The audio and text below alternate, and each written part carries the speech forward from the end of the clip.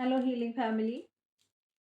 ഒരു സന്തോഷമുള്ള കാര്യം പറയാനാണ് വീണ്ടും മെസ്സേജ് ചെയ്യുന്നത്, വീഡിയോ ചെയ്യുന്നത്. ഞാനൊരു പുതിയ ഡെക്ക് വാങ്ങിച്ചു കേട്ടോ. നിങ്ങളുടെ എല്ലാവരുടെയും സപ്പോർട്ടിൻ്റെ ഫലമായിട്ടാണ് എനിക്ക് ഇങ്ങനെയൊക്കെ ചെയ്യാനായിട്ട് സാധിക്കുന്നത്. അതുകൊണ്ട് തന്നെ എല്ലാവരോടും ഒരുപാട് നന്ദിയുണ്ട്. ഇതാണ് ഞാൻ വാങ്ങിച്ച ഡെക്ക്. എന്ത് ഡെക്കാ ഇത്? ഇത് നമ്മുടെ സ്വന്തം ട്വിൻ ഫ്ലെയിംസിന് വേണ്ടിയിട്ടുള്ള ഡെക്കാണ്. അപ്പോൾ കുറച്ച് ദിവസങ്ങളായിട്ട് ഞാൻ ഈ ഡെക്കിന് വേണ്ടി വെയിറ്റിംഗ് ആയിരുന്നു. ഞാൻ നോർമൽ ഡെക്ക് യൂസ് ചെയ്തിട്ട് തന്നെയാണ് ട്വിൻ ഫ്ലെയിംസിന്റെ റീഡിംഗ് എടുത്തുകൊണ്ടിരുന്നത്. ഇനിയിപ്പോൾ നമുക്ക് ട്വിൻ ഫ്ലെയിംസിന് വേണ്ടിയിട്ട് സെപ്പറേറ്റ് ഡെക്ക് ഉണ്ട്. കണ്ടോ, ട്വിൻ ഫ്ലെയിം ആണെന്ന് ഞാൻ ഐഡന്റിഫൈ ചെയ്ത് കഴിഞ്ഞാൽ ട്വിൻ ഫ്ലെയിം ഡെക്ക് യൂസ് ചെയ്യുന്നതായിരിക്കും. അപ്പോൾ ഇന്ന് നമ്മൾ ട്വിൻ ഫ്ലെയിം ഡെക്ക് വന്നത് കൊണ്ട് തന്നെ ട്വിൻ ഫ്ലെയിംസിന് വേണ്ടിയിട്ട് ഒരു സ്പെഷ്യൽ റീഡിംഗ് ചെയ്യാമെന്ന് വിചാരിക്കുകയാണ്. അപ്പോൾ എൻ്റെ ഈ വീഡിയോ കാണുന്ന ട്വിൻ ഫ്ലെയിംസ്, നിങ്ങൾക്ക് ഇപ്പോൾ എന്ത് മെസ്സേജാണ് നിങ്ങളുടെ ട്വിൻ ഫ്ലെയിമിനെ പറ്റിയിട്ട് മനസ്സിലാക്കാനുള്ളത്? ഈ വീഡിയോ കാണുന്ന ട്വിൻ ഫ്ലെയിംസ്, എൻ്റെ വ്യൂവേഴ്സ്, എൻ്റെ വീഡിയോ ആയിട്ട് കണക്ട് ചെയ്യുന്ന എൻ്റെ സബ്സ്ക്രൈബേഴ്സ്, യൂണിവേഴ്സ്, ഇവരുടെ ട്വിൻ ഫ്ലെയിംസ്, ഇതിൽ ട്വിൻ ഫ്ലെയിംസ് ഉള്ള വ്യക്തികൾ, ഇവരുടെ ട്വിൻ ഫ്ലെയിംസിൽ നിന്ന് എന്ത് മെസ്സേജാണ് ഇവർക്ക് കിട്ടാനുള്ളത്? എന്ത് മെസ്സേജാണ് ഇവരുടെ ട്വിൻ ഫ്ലെയിമിൽ നിന്ന് ഇവർക്ക് റിസീവ് ആവുന്നത്? Universe please guide me. ഇവരുടെ ട്വിൻ ഫ്ലെയിമിൻ്റെ അടുത്ത് നിന്ന് എന്ത് മെസ്സേജാണ് ഇവർക്ക് റിസീവ് ആവേണ്ടത്? എന്ത് മെസ്സേജാണ് ഇവരുടെ ട്വിൻ ഫ്ലെയിം ഇവർക്ക് കൊടുക്കാൻ ആഗ്രഹിക്കുന്നത്? Universe please guide me.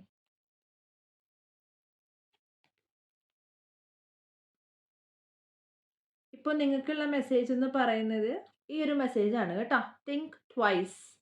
നിങ്ങൾ ഒരു കാര്യം ചെയ്യുമ്പോൾ, നിങ്ങളൊരു കാര്യം ചെയ്യുമ്പോൾ 2 പ്രാവശ്യം ചിന്തിക്കുക. നിങ്ങൾ എന്ത് കാര്യമാണോ ഡിസൈഡ് ചെയ്യുന്നത് 2 പ്രാവശ്യം ചിന്തിക്കുക.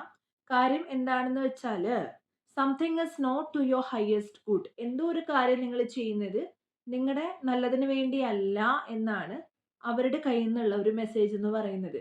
നിങ്ങൾ സൂക്ഷിക്കണം.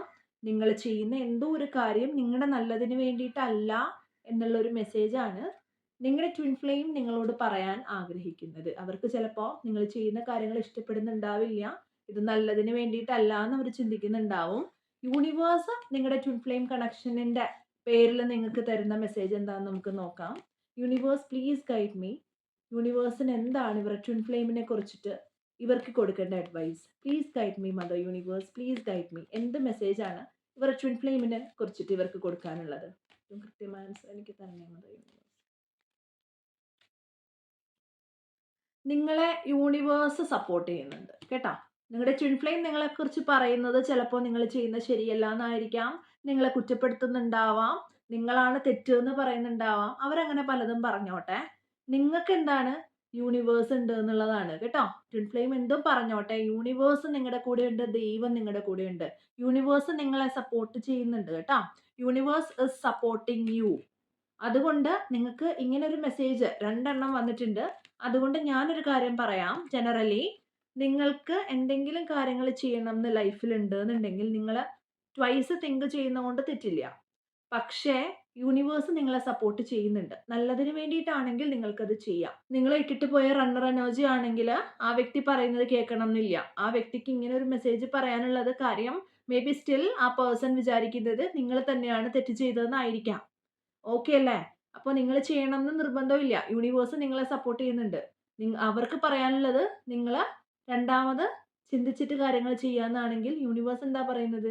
നിങ്ങളെ സപ്പോർട്ട് ചെയ്യുന്നുണ്ട് എന്നുള്ളതാണ്. ഓക്കെ, അതുകൊണ്ട് നിങ്ങൾ സൂക്ഷിച്ച് കാര്യങ്ങൾ ചെയ്യുക. പക്ഷേ യൂണിവേഴ്സ് നിങ്ങളുടെ കൂടെ ഉണ്ട് എന്നുള്ള ഒരു മെസ്സേജ് നിങ്ങൾ മനസ്സിലാക്കുക. Thank you so much video കണ്ടതിന്.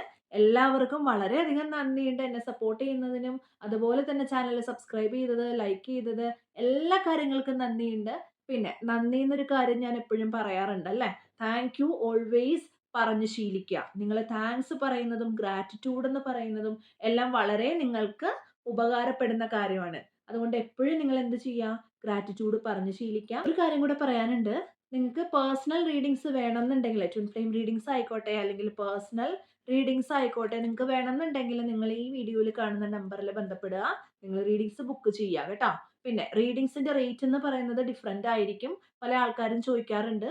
അപ്പോൾ നിങ്ങൾക്ക് പെർ അവർ ഇത്ര റേറ്റ് എന്നായിരിക്കും ഞാൻ പറയുക. അപ്പോൾ നിങ്ങൾ പെർ അവർ എടുക്കണം എന്ന് നിർബന്ധമില്ല. വിശദമായിട്ട് നോക്കാനുള്ളവർക്കാണെങ്കിൽ പെർ അവർ റീഡിംഗ് ആണ് നല്ലത്. പിന്നെ വളരെ കുറച്ച് യെസ് ഓർ നോ ക്വസ്റ്റ്യൻസ് ഒക്കെ ആണെങ്കിൽ മാത്രം ഹാഫ് ആൻ അവർ റീഡിങ്ങും അവൈലബിൾ ആണ്.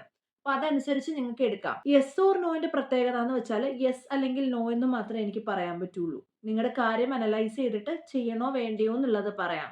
അത് എന്തുകൊണ്ടാണ്, അതിന്റെ റീസൺ എന്താണ്, അതിന്റെ റെമഡീസ് എന്ത് ചെയ്താൽ അത് മാറിക്കിട്ടും, നിങ്ങൾക്ക് എന്തെങ്കിലും ചെയ്യാനുണ്ടെങ്കിൽ അത് എങ്ങനെ ചെയ്തെടുക്കാം എന്ന് മനസ്സിലാക്കണമെങ്കിൽ നിങ്ങൾ 1 അവർ ബുക്ക് ചെയ്യുന്നതായിരിക്കും നല്ലത്. ഫ്രീ റീഡിങ്സ് യൂട്യൂബിൽ ഇടുന്നുണ്ട്. അതുപോലെ തന്നെ നിങ്ങളായിട്ട് റെസനേറ്റ് ആയില്ലെങ്കിൽ നെക്സ്റ്റ് വീഡിയോയ്ക്ക് വേണ്ടി വെയിറ്റ് ചെയ്യുക. കാര്യം ഇത് ഒരുപാട് പേര് കാണുന്ന റീഡിങ്സ് ആണ്. അപ്പോൾ ഒരാളുടെ എനർജി മാത്രമായിട്ട് നമുക്ക് അക്യുറേറ്റ് ആയിട്ട് കണ്ടുപിടിക്കാൻ പറ്റിയെന്ന് വരില്ല. ഒരുപാട് പേരെ എനർജീസ് എന്തുണ്ട് അവിടെ വരുന്നുണ്ട്. പിന്നെ ചില ദിവസങ്ങൾ എൻ്റെ റീഡിങ്സ് കണ്ടില്ല എന്ന് വരും. കാര്യം ഞാനും മനുഷ്യനാണ്. എനിക്ക് ഇടയ്ക്ക് വയ്യാണ്ട് വരാറുണ്ട്. എനിക്ക് തിരക്കുകൾ വരാറുണ്ട്. ആ സമയങ്ങളിലാണ് ഞാൻ വീഡിയോസ് ഇടാതിരിക്കുന്നത്. മാക്സിമം ഞാൻ വീഡിയോസ് ഇടാൻ ശ്രമിക്കാറുണ്ട്. അതുപോലെ തന്നെ നിങ്ങൾ ബുക്ക് ചെയ്യേണ്ടവരാണെങ്കിൽ ബുക്ക് ചെയ്തോളുക. പിന്നെ റേറ്റിന്റെ കാര്യം, റേറ്റ് മാറി വരും. കാര്യം എന്താന്ന് വെച്ചാൽ എനിക്ക് ആദ്യം ഇട്ട ആ ഒരു റേറ്റ് പിന്നെ ഇടണം എന്നില്ല. ചിലപ്പോൾ റേറ്റ് ഒരല്പം കൂടുമായിരിക്കാം.